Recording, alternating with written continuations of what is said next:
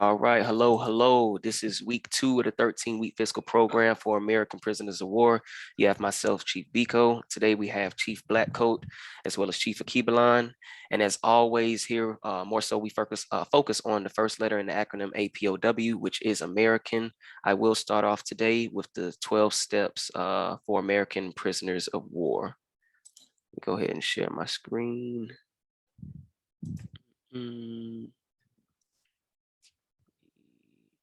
Yeah.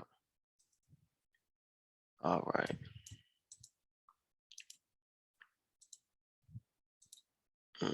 Can you all see it?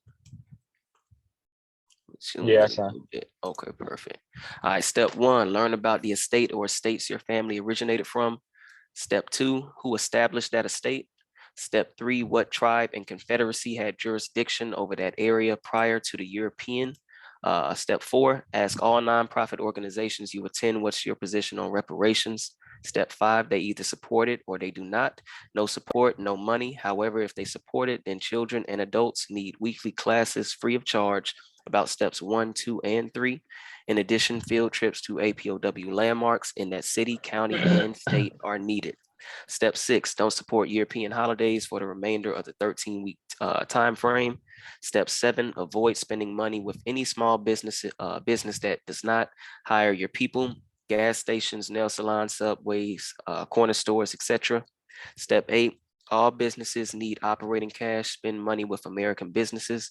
Step 9, all other groups rely on our energy and operating cash to survive, set the trends of making other groups follow our lead, and support our clubs, services, products, and entertainment. Step 10, the US government is bankrupt. The Federal Reserve prints money, i.e. quantitative easing. It also burns money, i.e. quantitative tightening. The US dollar hasn't been backed by gold since Richard Nixon in 1971, the Gold Standard Act. The government operates off the full faith of its citizens to pay debt and taxes. American prisoners of war no longer have faith in the US government. This is why financial support will be altered, stopped, and redirected.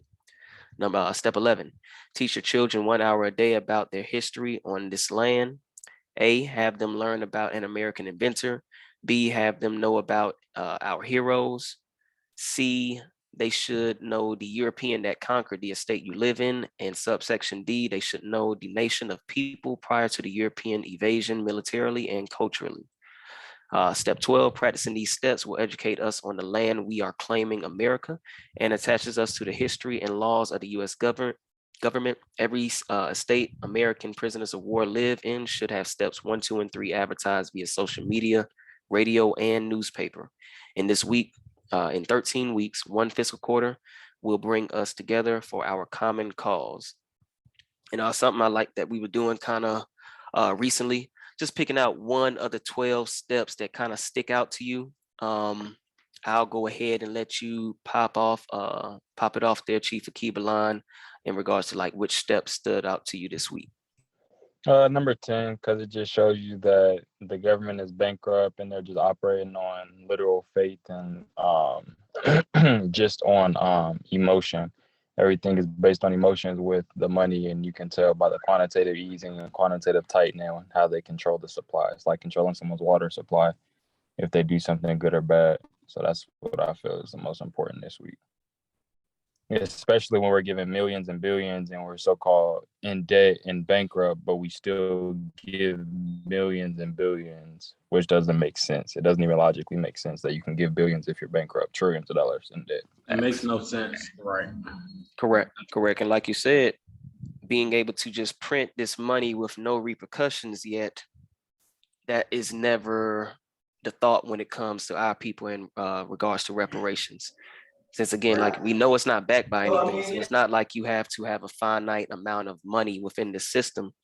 So that just shows the benign neglect that they're giving towards us in regards to even issuing out this fiat that we know isn't backed by anything. I'll let you go ahead, Chief Blackcoat.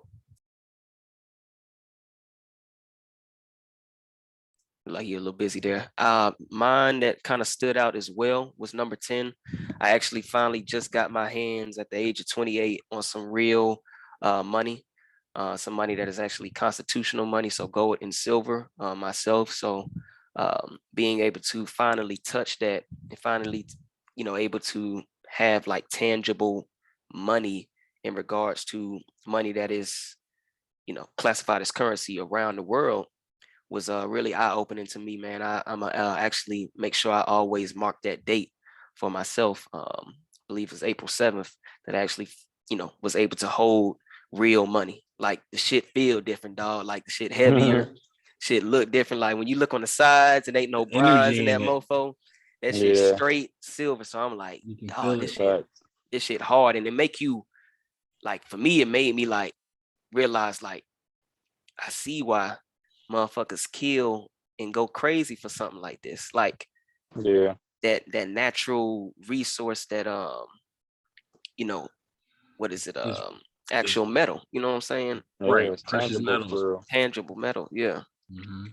Correct. So that's definitely what stood out to me this week, and just wanted to share that with y'all because, like I said last week or week before then, I'd never been paid in money and I never actually felt it. You know, different foreign currencies, but I'm not sure if that's, you know, all silver or gold. I'm pretty sure it's not.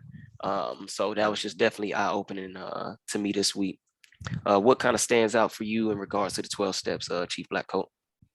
Honestly, you're just looking over them right now. 11 right now, just for me personally, teach your kids 1 hour a day. I'm seeing, you know, the youth get older and we're tapping into a whole new game right now. Like we weren't having these conversations 10 years ago. So now that I'm seeing everybody kind of grasping everything and the children kind of learning this information too, as being who's American. Yeah, it's going to be important going forward, and just learning this information and knowing who we are as a group. You know, the debates can stop once we understand we are the Americans, and reparations and all that kind of falls in line after you get the actual fact that you're from here. This is your, you know, birthright land. So just teaching your kids 1 hour a day about the history on this land, it's pretty important to me right now. I definitely feel that.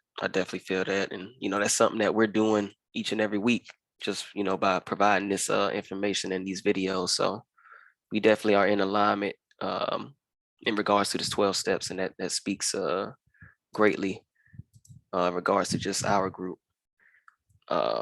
Next, we will have Chief Akibalan with the Inventor for this week. Right.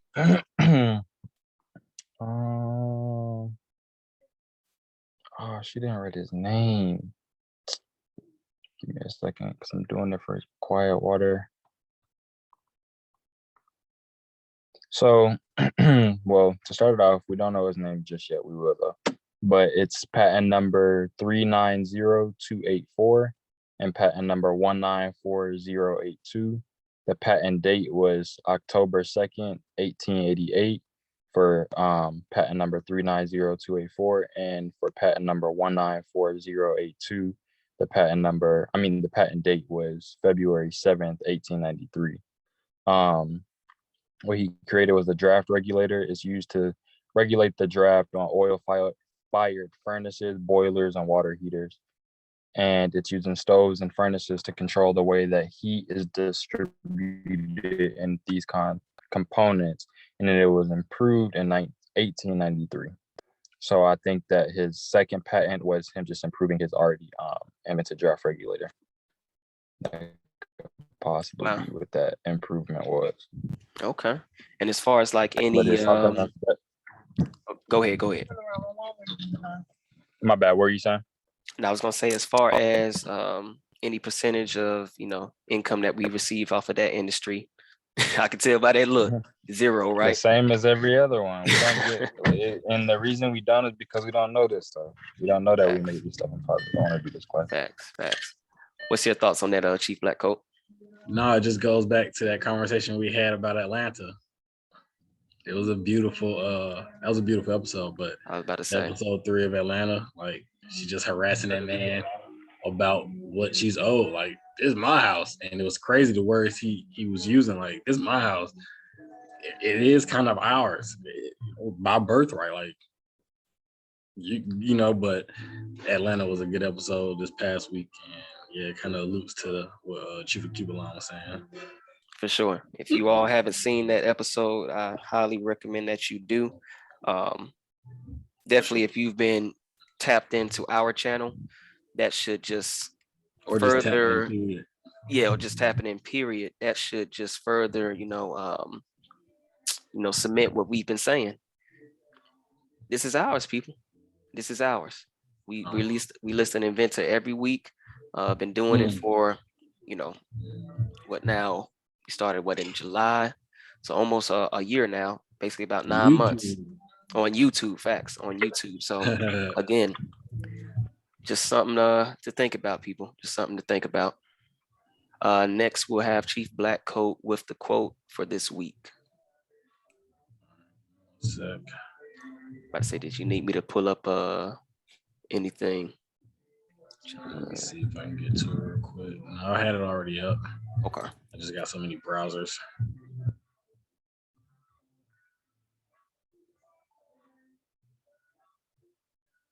Or not. Oh, never mind. There we go. All right. So I'm going to go with quote 12 today.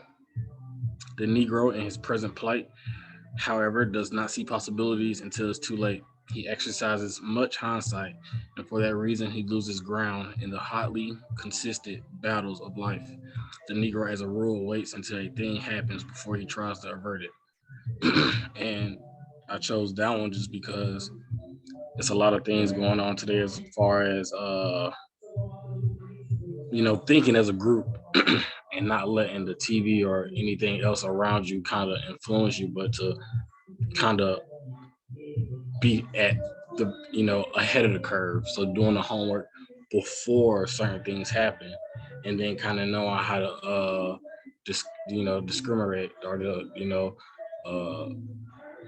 see between the lines of what's really going on just because you're ahead of that curve. And I feel like our group we wait till we actually get there, and then we try to hurry up and rush to figure out what's going on. And by that time, it's too late.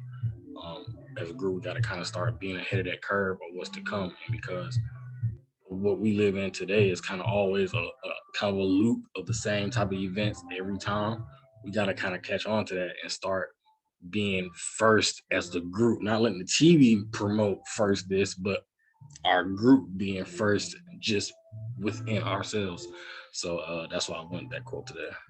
No, I definitely like that. Just add something to that. I feel like that's like, just to give like an analogy to that, that's like playing chess against somebody who always got the same opening move, where when you're in a certain position, they always gonna do a certain thing.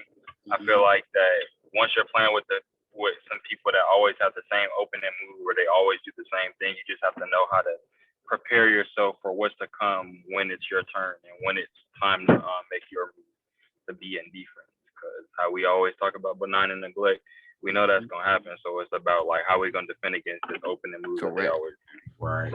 Correct. No, just to piggyback off of both of y'all, if we're gonna play this race, then why not, win it? Why not be first in it? You know what I'm saying? So it's like, okay, y'all want to play these games. We understand it, we overstand it. What we finna win at it as well.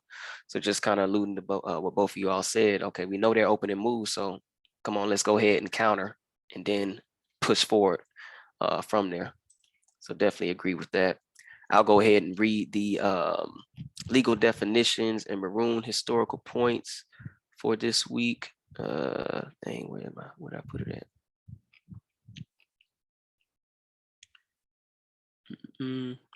All right, legal definitions. Number 1, American, indigenous to America. 2, descendants, one who follows in the bloodline of an ancestor, either lineally or collaterally. Number 3, slavery, a situation in which one person has absolute power over the life, fortune, and liberty of another. Number 4, prisoner of war, person, usually a soldier who is captured by or surrenders to the enemy in wartime. Number 5, school, any institution at which instruction is given in a particular discipline. And number 6, education, an enlightening experience. 5 historical maroon points. 1 was a person escaping slavery, seeking freedom, or breaking the law. Number 2, providing unity and a strong defense came first. Number 3, maroon leaders were first and foremost military figures. Number 4, Maroons established guerrilla warfare, planting sharp sticks in thick grass. And number 5, Maroons knew their European enemies' language, defenses, and plans. And of course, before we jump into the readings for this week, I always like to share some stuff in the Constitution. And it kind of just goes back to what we all pretty much was talking about in regards to the money and just actually learning about this American history as well as this government's history. So as we see here, Section 10, Article 1, Section 10. Let me actually make this a little bit bigger. Okay. No state shall enter into any treaty, alliance, or confederation, grant letters of marque and reprisal, coin money, emit bills of credit, make anything but gold and silver coin a tender and payment of debts. So as we kind of spoke on earlier, gold and silver are the only thing that will be considered tender and payment of debts. So right off the bat, as we alluded to, or as we read in the 12 steps, number 10, this government is no longer backed by gold and silver. So it's relying on the strictly faith of its US citizens. So obviously that means that this government is bankrupt. This government has no money. They again are just printing money, i.e. quantitative easing, and just as Chief Keebalan alluded to, just giving it to everybody except for the American. We, in regards to reparations, understanding our history, we don't want their fiat because again, stated here in this funny Section 10, just kind of corresponds with number 10 on our list that the money is no longer backed by gold and silver. So why would we want something fiat that is actually not tangibly backed by anything? Basically backed off the faith of its citizens, basically something like along the lines of a tangible form of cryptocurrency.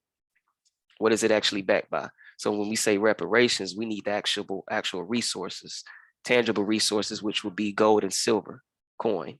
And that's just one part of it. As Chief Blackcoat alluded to, we create these inventions. The land, we create these inventions.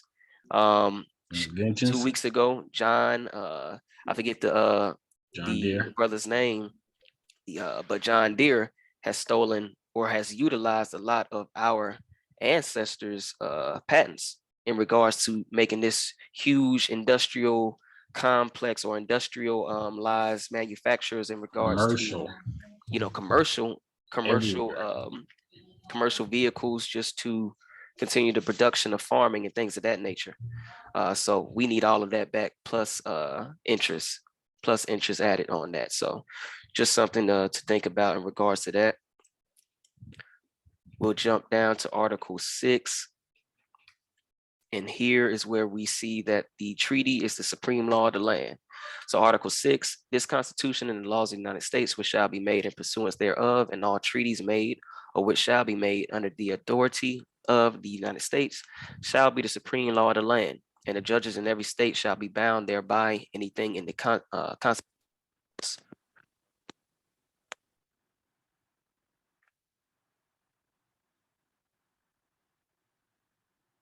I think you might have broken up, bro. Yeah, your phone.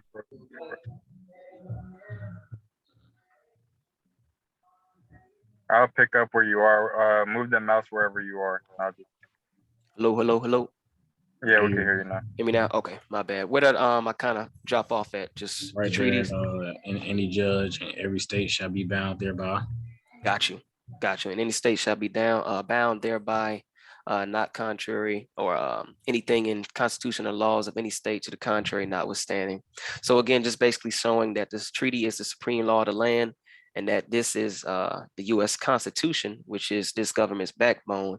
And if they're saying that the treaty is the supreme law of the land, then how come they haven't abided by said treaties that they've themselves written up? So again, just kind of contradicting themselves, not only when it comes to their form of currency, but also when it comes to their form of law in regards to these treaties with different nations, especially nations on this land. And lastly, want to always jump into the militia and who has power over said militia. That should be section or Article 2, Section 2. Okay, here we go. All right, Article 2, Section 2, the president shall be the commander-in-chief of the Army and Navy of the United States and of the militia of several states. So again, we've kind of harped on this a lot, especially in regards to the first fiscal quarter. If it isn't realized by now, people, we are prisoners of war on our own land, and I'm not sure what else we need to provide for you all. It's clearly shown, well, we clearly showed that Georgia itself is set up in militia districts. So they have the And it commerce side. specifically distinguishes the Army and Navy of the United States. Correct. And then it says, and of the Militia.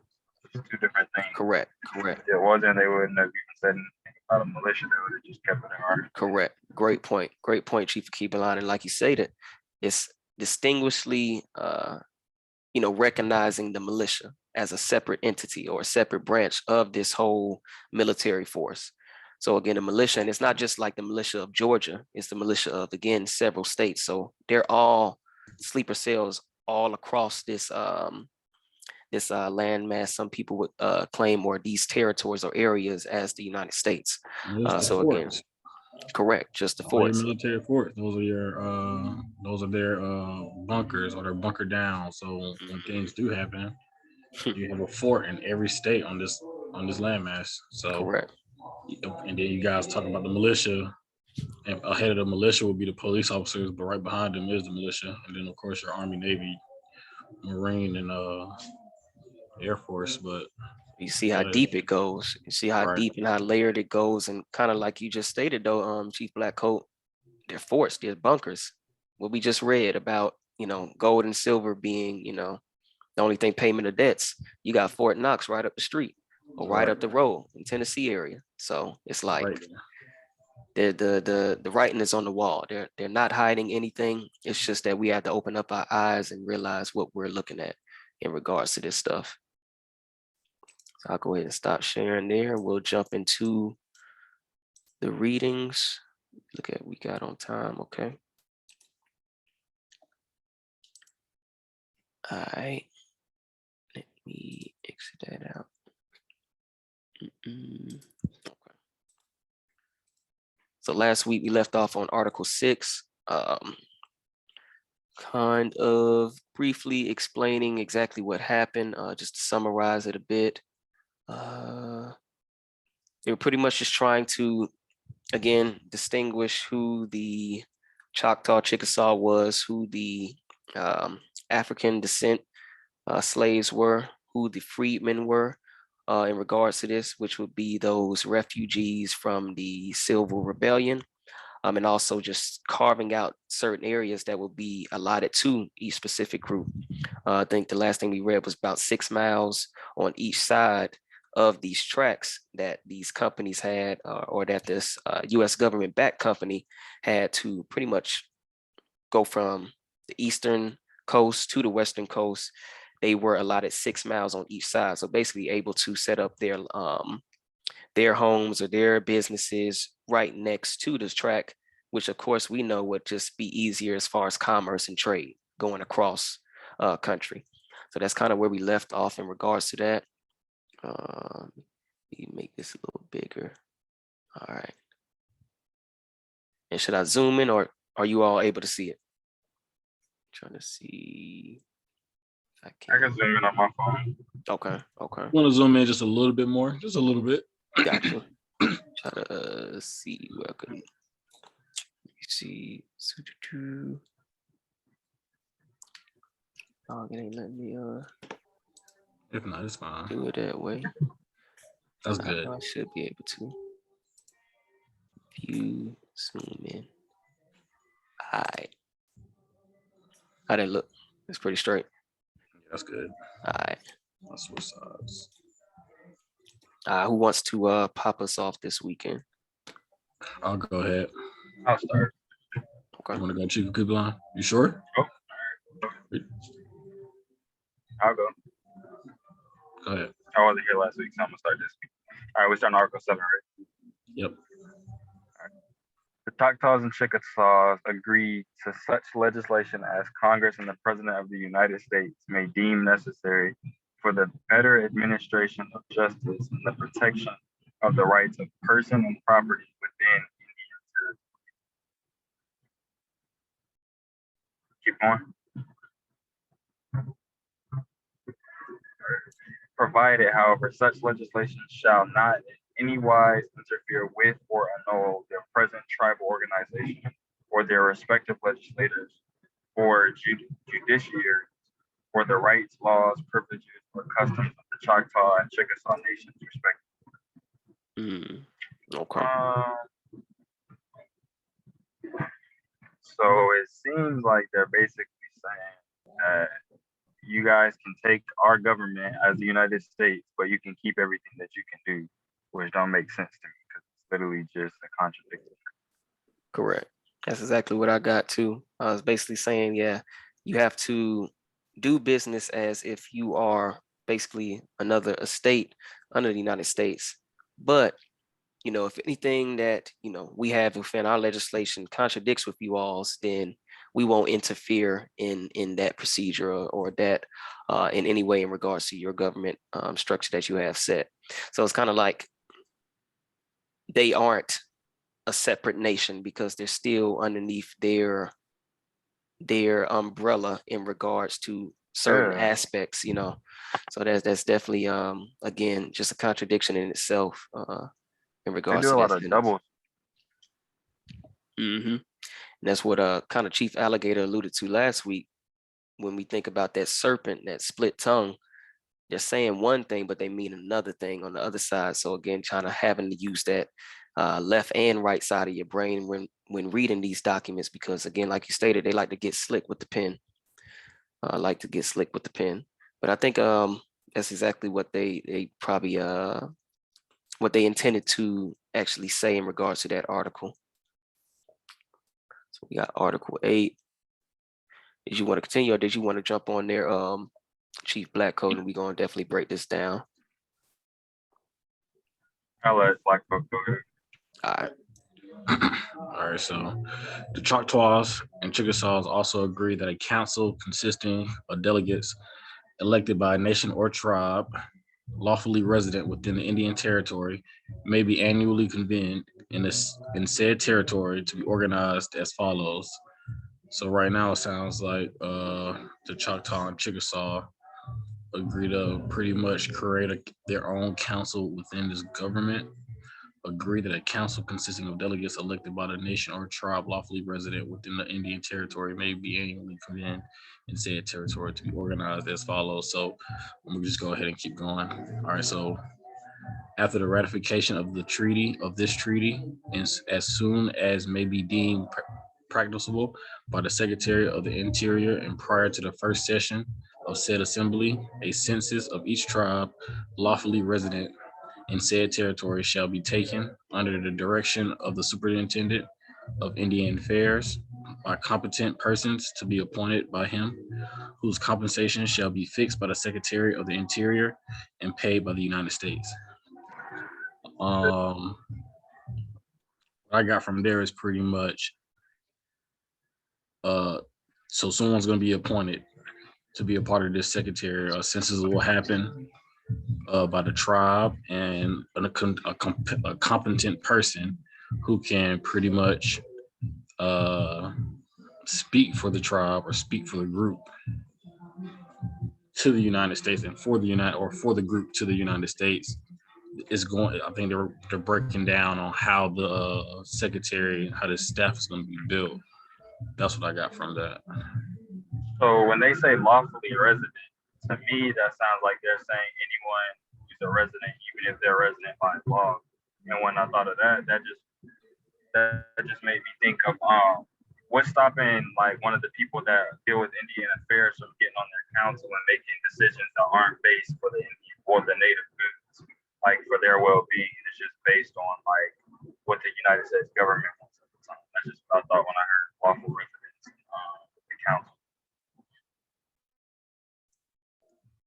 No, I definitely agree with what you're saying in there, and that definitely stood out to me in regards to that census. So they definitely want to start accounting for each member within these different tribes. And like you say, that lawfully resident, I believe in Article 6, we had read that those freemen will be considered lawful residents within that territory, even though they are part of the US government as US citizens, but they are lawfully authorized to live within that territory. So you can already kind of see the, I guess, the amalgamation of these different groups and how they would potentially be able to write them out of history by the pen in regards to the census. Like, how would they identify themselves if you were a Choctaw member or Chickasaw member? Like, what would you write on that census? Would you write, we know they aren't going to write American, so how would they actually distinguish themselves from one another? Also in regards to the freedmen and any other groups of people within that territory. So it kind of seems like they already are trying to muddy the waters, but they also want to account for who's identifying as who. That way we can know later down the years who we need to kind of wipe out to remove them from these lands or something like that. So that's just kind of how I'm thinking in regards to this first subsection underneath this article.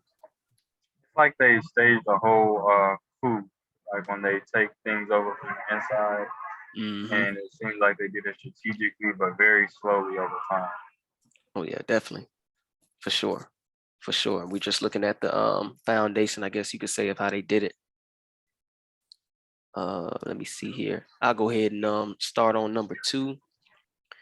The council shall consist of one member from each tribe or nation whose population shall exceed 500, and an additional member for each 1,000 Indians, native or adopted, or each fraction of 1,000 greater than 500 being members of any tribe lawfully resident in said territory. So again, kind of just alluding to what I was saying earlier, they're not only just accounting for the tribes members, the real tribes members who actually have bloodline traced to them, but also those who have been brought into the tribe, whether it be i.e. freedmen or any slave of African descent. They're also showing that they are going to be accounted for. And it looks like basically, what is that thing called in regards to I guess when people vote, when you have an X amount of numbers in a state, they're giving them like members for each basically 500. So in this one, from the straight up from right off here, one member for each 500 tribesmen to one nation. And then any additional for each 1,000, I guess they get an additional member who I guess would be considered like their Senate or Congress, something like that. That's how that's what I'm reading or getting thus far here. Any thoughts? No, I think you pretty much said it. It kind of went straight. It was straightforward as far as what's going on here. The council should consist of one member each tribe.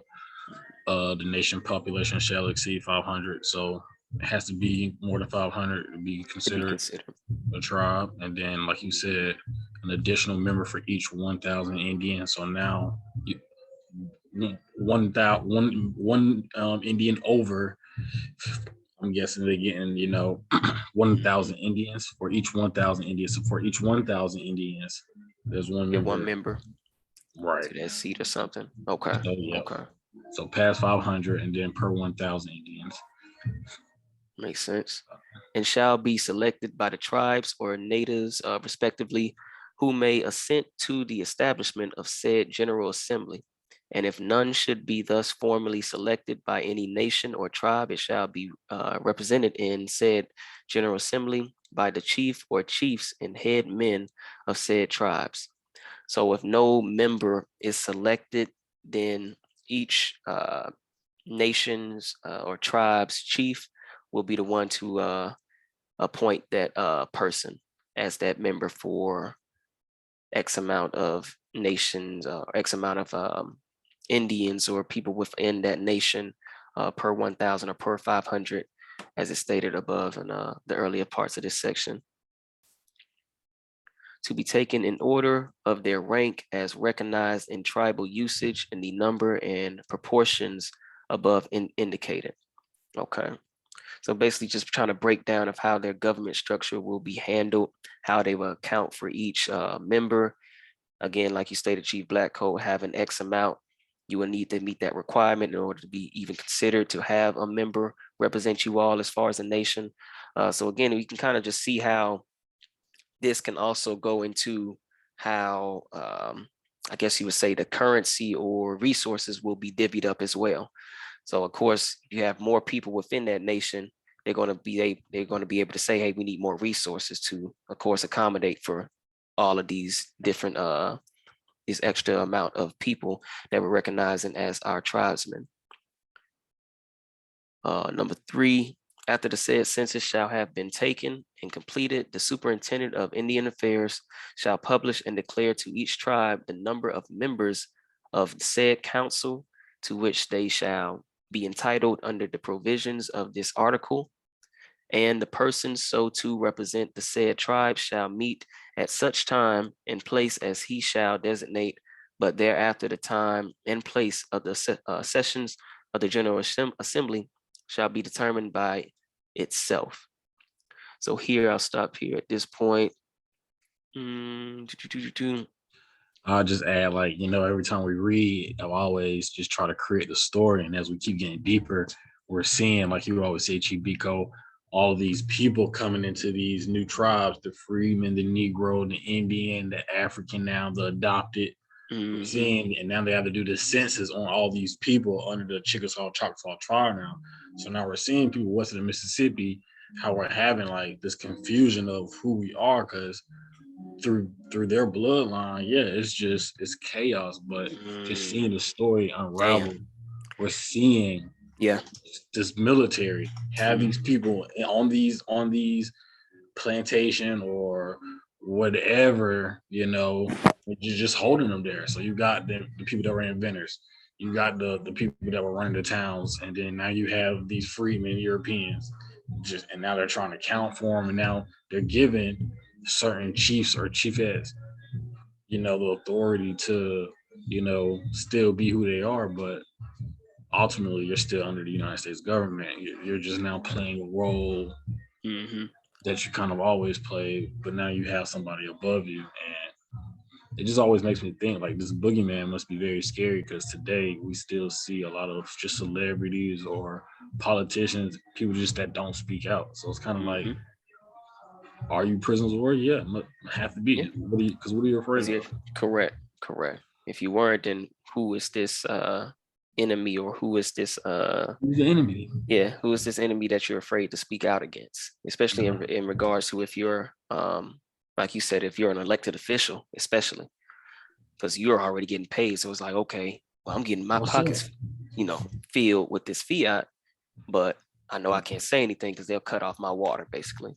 Right. You definitely mentioned something that really stood out to me. Like you said, bringing in all these different groups of people, especially in this western part or west of the Mississippi, in this Indian territory, we can see how that Mongoloid feature, because I'm pretty sure it's other people, like, who is this adopted group? That's a new term. Like, who is this adopted? So again, that feature, and these are our ancestors to the west, are like not looking like us anymore, because they have now, again, come together, amalgamated with these different groups of races, or different groups of people and ethnic groups. And so it's like, okay, they're even losing their identity, because you got Irish people, Italian people, as far as these freedmen or whoever they were, as far as these refugees mixing in, wanting to introduce their own, cultures and things of that nature. So it's like, okay, who are you now after X amount of years of that? So great point. Any thoughts on that, Chief Akibulon? It shows you how everything that happens, it's not just It's a little difficult to hear. My bad. Like I said, like the first parts of the class, I feel like everything that they're doing now is just the same thing that they were doing before. It's just to a modernized version of it, to where it's more subliminal, to where it doesn't seem like what it is. But all of this stuff is still the same. Like changing from people of person of color, from blacks, African Americans, this, that, adopted, freedmen. There's just all this classification thing, and it's just like it erases people on the paper. And when you do that on the paper, you don't have to really care about it anymore because people don't think about who's not on paper. You don't think about someone who's a thief if they never got caught for it. So I just look at it in that sense. Like it's just crazy how they erase whole nations with just the pen and manipulation. No, that's a great point. That's a great point. Again, just kind of erasing our people through the pen. Again, census is a big thing, especially now. A lot of people, when they're tracing back their lineages or their lineage, they're going to the census. So if you're seeing like, okay, hold on, why is my great grandfather listed as white or listed as something that you never even thought about? Because again, like you said, these are just classifications. These are statuses of groups of people. So it's like a melting pot of confusion that we can see is already taking place through this treaty here. And I like no that like censuses. I don't know if that's how you say it, plural, but if there was not a census, a lot of these classifications, races, ethnicities wouldn't have changed history. I feel like a lot of the things that happen is strictly because of the pen and the story that has been able to be written. Because if we were just going off of facts, it's obvious that everything that we are saying is contrary to what we learned in school. We've been programmed to learn like in elementary school, middle school, it's the complete opposite. So it's like without all of these stories and continuous like reminders, would this even work if there was no? That's how like the story was making people believe in this. Yeah, they're definitely again controlling that narrative. And before I dip up out of here, I just want to say that I like that the words are current today. And we're reading an 1866 Indian treaty and they're using the word census. So that tells us even then they were collecting data because all census to me means is data. And everything else forward today is all based off data. And Chief Q just said it. If there was no census, then there would be no classes or races because now you can't pick and choose who you're going to document as this or that. It's just back to the data, back to the census. But I like that they use that word because it's important. They've been collecting data since forever. This isn't us. Correct. We're not conducting census. We already knew who our people were and things of that nature. So it's just crazy. Like today, census still happening today. People getting that mail, fill them out themselves. However, or the call. It was just crazy. Great point. We'll try to finish off this here. Provided that no session in any 1 year shall exceed the term of 30 days, and provided that the special sessions may be called whenever, in the judgment of the Secretary of the Interior, the interests of said tribe shall require it. So basically, again, just establishing this new rule or new process in regards to when they are going to be assembling these different chiefs of these different nations to come together to decide or vote upon something. Let's go ahead and do here, and this should probably be the last one for today. The General Assembly shall have power to legislate upon all subjects and matters pertaining to the intercourse and relations of the Indian tribes and nations resident in the said territory, the arrest and extradition of criminals escaping from one tribe to another, the administration of justice between members of the several tribes of the said territory and the persons other than Indians and members of said tribes or nations, the construction of works of internal improvement, and the common defense and safety of the nations of said territory. I'll stop here because there's a period. So basically they're saying that the General Assembly should have the power to do all of these things. So basically any tribes member who is trying to escape to another tribe, they will have the legislative power to, I guess, rule on those matters. Any type of improvements in regards to the Indian territory that they preside upon. Also being able to basically hold their own court system in regards to hear justices between members of the several tribes and said territory. So they're just basically listing the powers of the General Assembly that they will have underneath this Indian Treaty of 1866. Let me see where I left off here. I should be able to finish.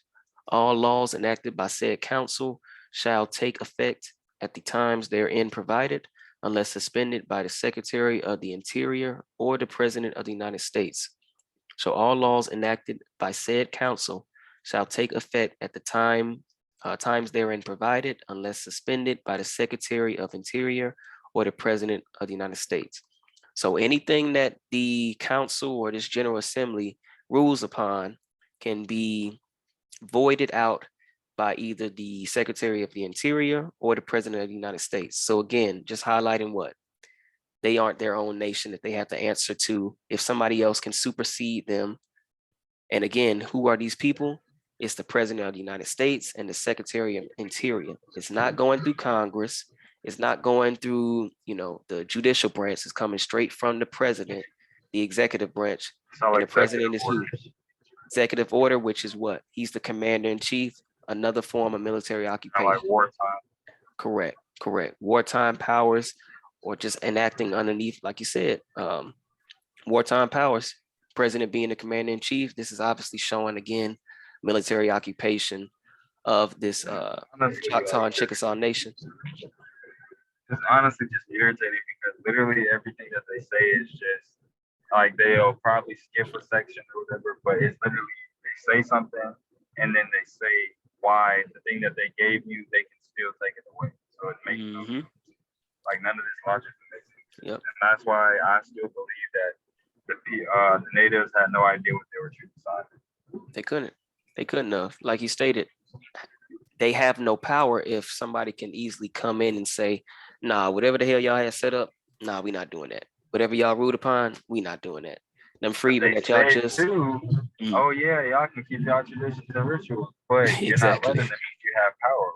Correct. So how they may handle somebody within their criminal system as far as cutting off a limb or whatever it might have been, if the US government, or in this case, the president or Interior or Secretary of Interior says, you know what, we don't handle things that way. They have to go through a judicial process. And in particular, they have to go through our judicial process.